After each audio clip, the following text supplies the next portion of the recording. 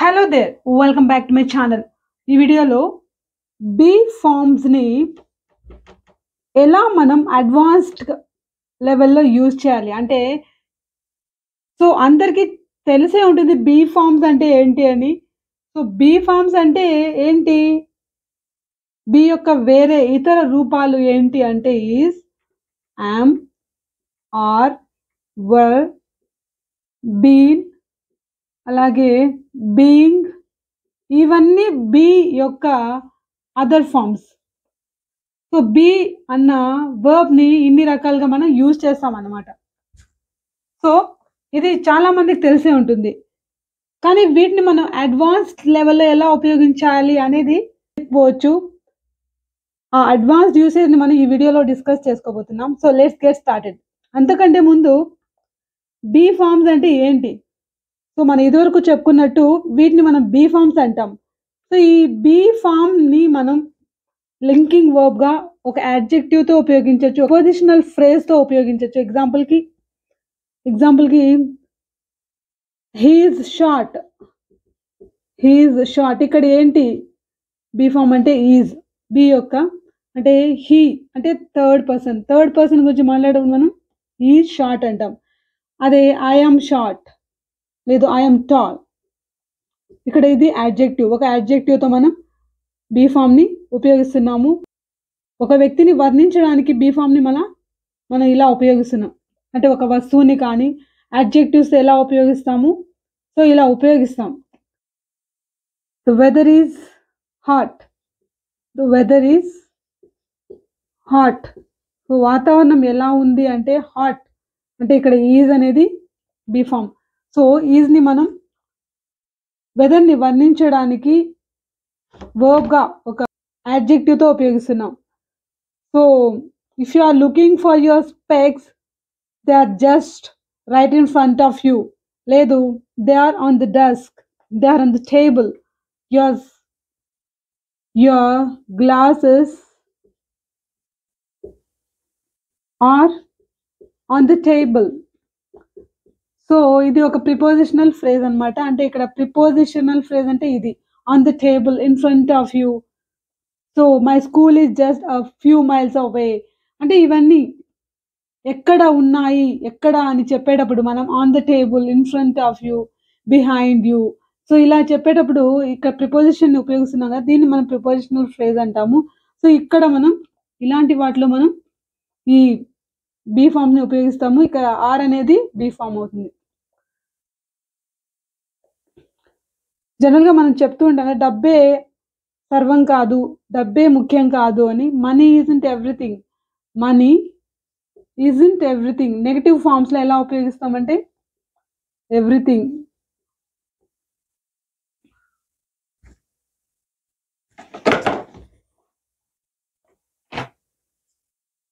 Money isn't everything, డబ్బే ప్రతిదీ కాదు, అంటే ఇంపార్టెంట్ కాదు, సర్వం కాదు అని. మై బ్రదర్, అతను ఎవరు అన్నప్పుడు మనం ఏమంటున్నాం, హీ ఈజ్ మై బ్రదర్. ఈజ్ని ఇలా ఉపయోగిస్తున్నాం. ఇది బేసిక్ యూసేజ్ అనమాట. అలాగే ప్రెసెంట్ కంటిన్యూస్ టెన్స్లో ఉపయోగిస్తాం. She is walking, I am running, she is running for the bus, she is trying to catch the bus. ఇక్కడ ఏంటి, ప్రెసెంట్ కంటిన్యూస్ టెన్స్లో ఇక్కడ హెల్పింగ్ వర్బ్గా మనం ఉపయోగిస్తున్నాం. ఇలా మనం బీ ఫామ్ని సందర్భాన్ని బట్టి, పర్సన్స్ని బట్టి, రకరకాలుగా టైంని బట్టి, అలాగే యాడ్జెక్టివ్స్తోనూ ప్రెజెస్తోనూ ఉపయోగిస్తుంటాం. మరి అడ్వాన్స్డ్ యూసేజ్ ఏంటో చూద్దాం. బీ ఫామ్ యొక్క అడ్వాన్స్డ్ యూసేజ్ వీడియోస్, అంటే బీ ఫామ్స్కి సంబంధించిన చాలా వీడియోస్ చూసిండొచ్చు, కానీ ఈ పర్టికులర్ పాయింట్ మీరు చూసి ఉండకపోవచ్చు. కాబట్టి కొంచెం జాగ్రత్తగా గమనించండి బీ ఫామ్ యొక్క అడ్వాన్స్డ్ యూసేజ్ ఏంటి అనేది. ఎగ్జాంపుల్కి మనం ఏంటంటే అంటాం కదా, లేదు నా ఒపీనియన్ ఏంటంటే, లేదు ఏంటంటే అంటాం కదా. అలాంటప్పుడు ఎలా చెప్తాం, the problem is that, the problem is that అని చెప్పి ఆ ప్రాబ్లం ఏంటో చెప్పాలి.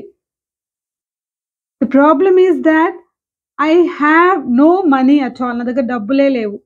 ప్రాబ్లం అంతా ఏంటి అంటే అసలు ప్రాబ్లం ఏంటంటే ప్రాబ్లమ్ ఈస్ దాట్ బీ ఫామ్‌తో ఎలా ఉపయోగిస్తాము అంటే ఇలా ఉపయోగిస్తాం అన్నమాట.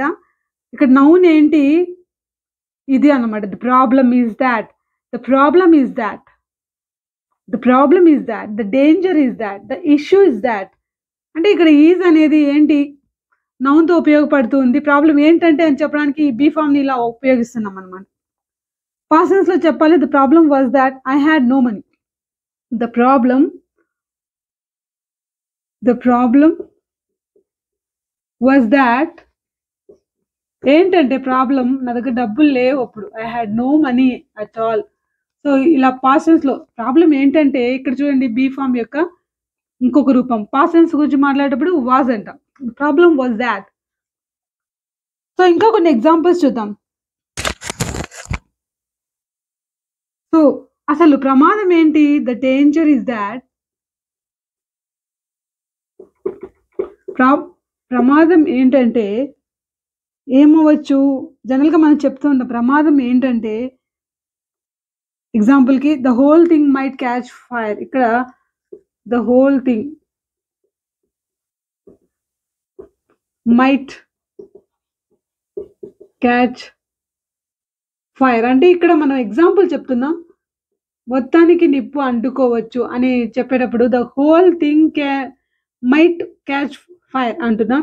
అలాగే ద డేంజర్ ఈస్ దాట్ అని చెప్పి మనం ఏదైనా చెప్పాలనుకున్నా కూడా చెప్పొచ్చు. The danger is that he may fall down. Lucky అయిన విషయం ఏంటి? The lucky thing is that it didn't rain today. ఈరోజు వర్షం పడలేదు. లేదు మనం ఎక్స్‌పెక్ట్ చేసేది అంటే అలా జరగకూడదు అనుకుంటే అప్పుడు మనం ఇలా చెప్పొచ్చు. The lucky thing is that nobody got hurt. ఎవరికి లేదు. Nobody was hurt.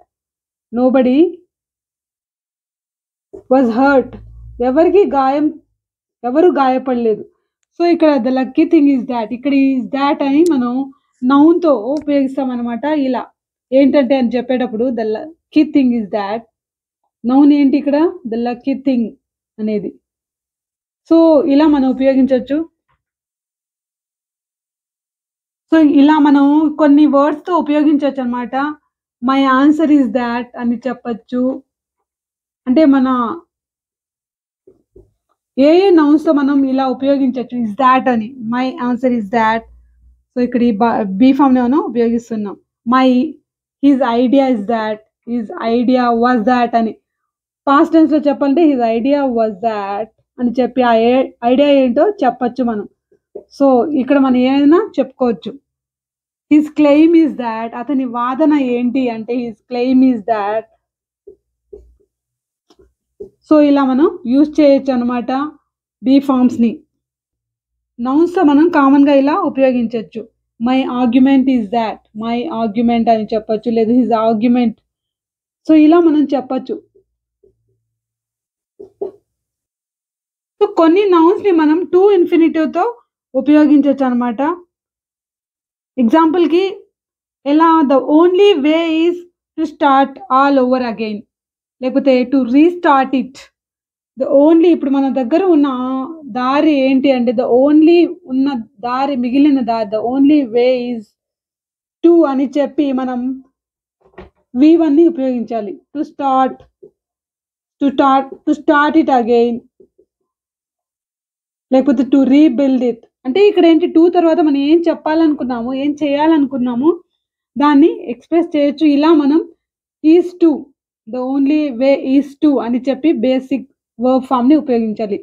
మన దగ్గర ఉన్న దారెల్లా ఏంటి అంటే ఇది అని చెప్పడానికి ఇలా ఈ బీ ఫామ్‌ని మనం యూజ్ చేయొచ్చు.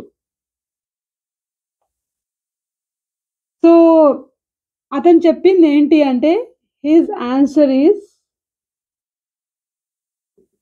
To work harder. ఇంకొంచెం వర్క్ అ బిట్ హార్డర్. ఇంకొంచెం కష్టపడి పని చేయాలి అని చెప్పి అతను సమాధానం ఇచ్చాడు. ద ఆన్సర్ ఈస్ అని చెప్పి ఈస్ టు అని చెప్పి basic verb form. To work a bit ఇంకొంచెం కష్టపడాలి. సో ఇలా మనం ఇక్కడ బీ ఫామ్‌ని ఉపయోగిస్తున్నాం అన్నమాట. హోప్ ఎలా? హోప్ ఏంటి? మిగిలిన హోప్ ఏంటి? Her only hope is her only hope was to find a new job. To find a new job. So past tense. Past tense గురించి చెప్పేటప్పుడు was to find a new job. Is to work a bit harder. The only way is to మన దగ్గర ఉన్న దారల్లా the only way is to మళ్ళీ start చేయడమే. His answer is to అతని సమాధానం ఏంటంటే to work a bit harder. Her only hope was ఆమె దగ్గర ఉన్న హోప్ అల్లా ఏంటి? Was to find a new job. So ఇలా మనం ఈజ్ టు వాస్ టు అని నౌన్స్‌తో ఉపయోగించొచ్చు టు ఇన్ఫినిటివ్‌ని ఉపయోగించి. సో టు తర్వాత మనం ఏం ఉపయోగించాలి? బేసిక్ వర్బ్‌ని ఉపయోగించాలన్నమాట. సో మనం ఏదైనా చెప్పేటప్పుడు చెప్తుంటాం ద ఈజియెస్ట్ థింగ్, అన్నిటికంటే సులువైనది ఏంటి అని చెప్పేటప్పుడు ఎలా చెప్తాం? The easiest thing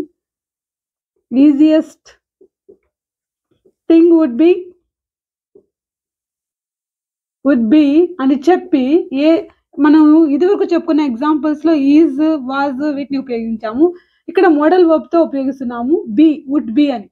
so would be the easiest thing is అని కూడా చెప్పొచ్చు. కానీ మనం ఇలా మన ఒపీనియన్‌ని చెప్పేటప్పుడు ఇలా ఉంటే బాగుంటుంది అని చెప్పేటప్పుడు the easiest thing would be to ask your father, లేదు to ask your mother.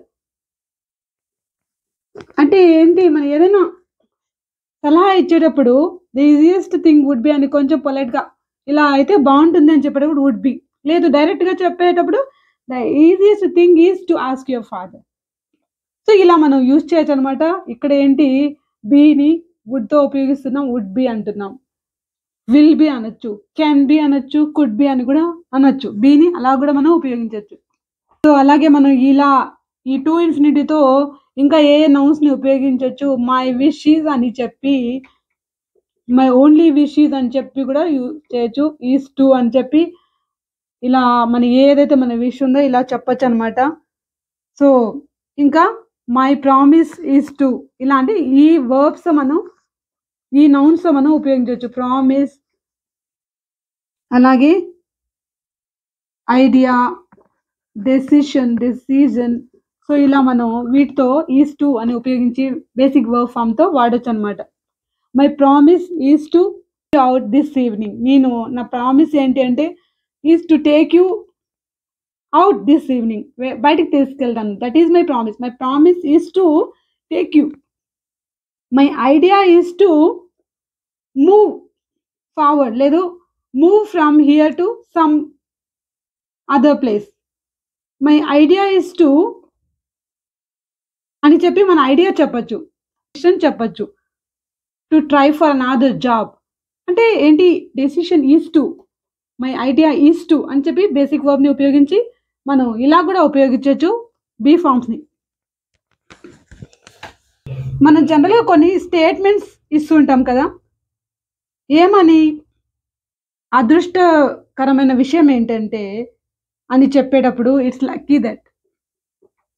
Lucky that I caught the train, లేదు it's lucky that we met. Is lucky that అంటే ఏంటి? ఇక్కడ ఇట్స్ అనేది ఇక్కడ ఈజ్, ఇట్స్ అంటే ఇక్కడ ఇట్ ఈజ్ అని. సో ఇలా మనం చెప్పొచ్చు మన స్టేట్మెంట్స్‌ని. ఇక్కడ మనం యాడ్జెక్టివ్స్‌తో ఉపయోగిస్తున్నాం. It's lucky that. లక్కీ అనేది ఇక్కడ ఇదివరకు మనం నౌన్స్‌తో చెప్పాము. It is lucky that. ఇంకా ఎలా ఉపయోగించొచ్చు బీ ఫార్మ్స్‌ని యాడ్జెక్టివ్స్‌తో అంటే ఇట్స్ నాట్ క్లియర్. ఏం క్లియర్ కాలేదు? వాట్ హ్యాపెన్, ఏం జరిగిందో క్లియర్ కాలేదు. What happen, it's not clear what happen. ఇక్కడ చూడండి ఇట్ ఈస్ నాట్ క్లియర్ అంటే ఏంటి? నాట్ క్లియర్ అంటే యాడ్జెక్టివ్స్‌తో ఇలా ఉపయోగించొచ్చు. It's not clear what happen. So ఇక్కడ బీ ఫార్మ్ ఎక్కడుంది? ఇక్కడ. పాస్ట్ టెన్స్‌లో ఉపయోగించేటప్పుడు ఇట్ వాజ్ అనాలి. It was amazing. అని చెప్పి మనం వాట్ ఉపయోగించాం కదా, ఇక్కడ హౌని ఉపయోగించవచ్చు. It was amazing, amazing how he managed the situation, how he manage to escape,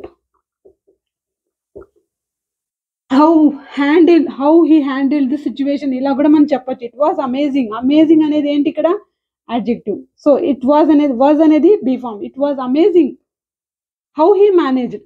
it's not clear what happen, it's not clear, it's lucky that we met.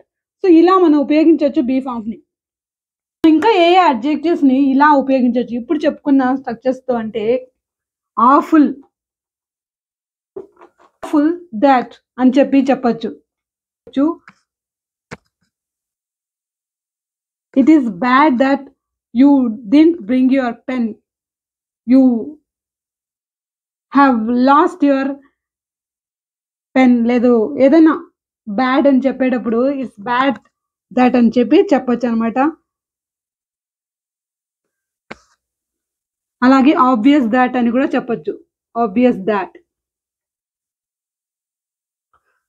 Possible, possible that. It's possible that he might have gone somewhere, ఎక్కడికైనా వెళ్ళుండొచ్చు. It's possible, అవకాశం ఉంది. It's possible that. It is clear that managed. లేదు it's extraordinary how he handled the situations. అలాగే true, it's true that, it's true that a cheater. It's true that he was a cheater. It's true that he is a cheater. Passes లో కూడా it was true that అని ఇలా చెప్పచ్చు అనమాట. So ఇలా మనం ఉపయోగించవచ్చు. ఇంకా కొన్ని అడ్జెక్టివ్స్ మనం ఎలా ఈ బీ ఫార్మ్స్ ని ఉపయోగించవచ్చో చూద్దాం. ఎగ్జాంపుల్ కి I'm happy that you are coming. నువ్వు వస్తున్నావు, దాన్ని చూస్తున్నా. You are coming, I'm happy that. ఇక్కడ యామ్ అనేది యామ్ అన్న బీ ఫామ్ తో మనం ఉపయోగిస్తున్నాం యాడ్జెక్టివ్ ని. I'm happy that you are coming.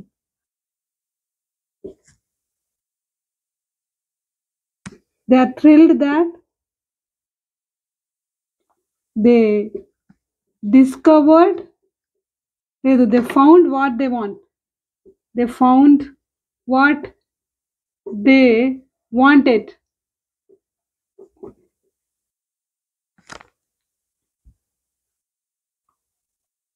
So they are thrilled. Thrilled అనేది ఇక్కడ యాడ్జెక్టివ్. ఇక్కడ ఆర్ అనేది ఏమవుతుంది, బీ ఫామ్ అవుతుంది. You can speak well, you can speak English fluently. I'm impressed that, I'm impressed that you know fluent English. I'm impressed that you know how to play the guitar, how to play the violin. ఇలా మనం చెప్పచ్చు. అలాగే I'm delighted that అంటే నాకు సంతోషాన్ని, all these dishes on your own. I'm delighted అంటే నేను చాలా సంతోషిస్తున్నా. అంటే ఇక్కడ ఏంటి adjectives happy, thrilled, impressed, delighted. So ఇవి థ్రిల్డ్, ఇంప్రెస్డ్ అంటున్నారు కదా, మరి ఇవి వి3 ఫార్మ్సే కానీ ఇక్కడ యాడ్జెక్టివ్స్ గా ఉపయోగపడుతున్నాయి అనమాట. అంటే ఇలా కూడా కొన్ని వర్బ్స్ ఉపయోగపడతాయి ఇంగ్లీష్లో. సో మీరు కూడా కొన్ని బీ ఫార్మ్స్ ప్లస్ యాడ్జెక్టివ్ కాంబినేషన్లో ఇలాంటి సెంటెన్సెస్ ఫామ్ చేసే ప్రయత్నం చేయండి. ఈ టాపిక్ నచ్చితే ఖచ్చితంగా లైక్ చేయండి. Thanks for watching.